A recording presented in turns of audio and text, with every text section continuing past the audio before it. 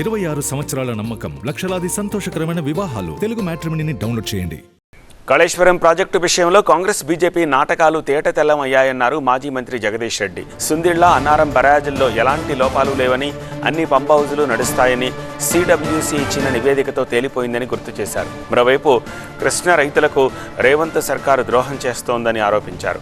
ఈ పంటకు సరిపడా సాగర్లో నీళ్లున్నప్పటికీ వాటిని వినియోగించడం లేదని, ప్రభుత్వ తీరుతో నల్గొండ జిల్లా రైతులు తీవ్రంగా నష్టపోతున్నారని అన్నారు. పోతిరెడ్డిపాడు ద్వారా ఏపీ అక్రమంగా నీటిని తరలిస్తుంటే సీఎం రేవంత్ రెడ్డి మాత్రం యాగం చేసి నల్గొండ రైతులను పక్కదారి పట్టించారని జగదీష్ రెడ్డి మండిపడ్డారు. స్పష్టంగా తేలిపోయింది. తెలంగాణ రాష్ట్ర ప్రభుత్వం,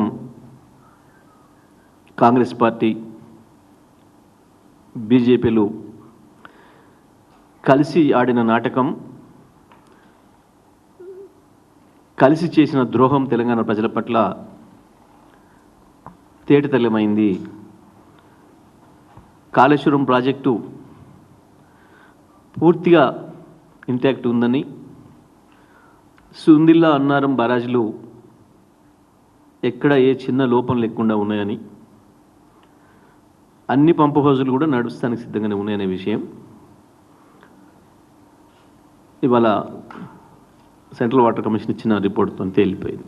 తెలంగాణ ప్రభుత్వం యొక్క ద్రోహం వల్ల, మోసం వల్ల ఇవాళ కృష్ణా రైతాంగం నష్టపోతుంది.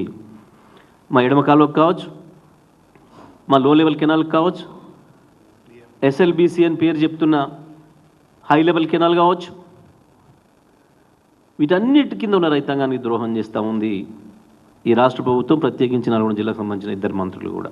ఒకవైపు ఏమో ఆంధ్రప్రదేశ్ పోతిరెడ్డిపాటుతోనే జలయజ్ఞం చేసి అక్రమంగా, దుర్మార్గంగా తీసుకుపోతుంటే, ఇక్కడ ముఖ్యమంత్రి, మంత్రులు నల్గొండ రైతాంగాన్ని మోసం చేయడానికి కేవలం ఒక యాగం చేసి ప్రజలు పక్కదారి పట్టించే ప్రయత్నం చేసిపోయినారు. ఇది నల్గొండ జిల్లా రైతాంగం అందరూ కూడా ఆలోచించుకోవాలి.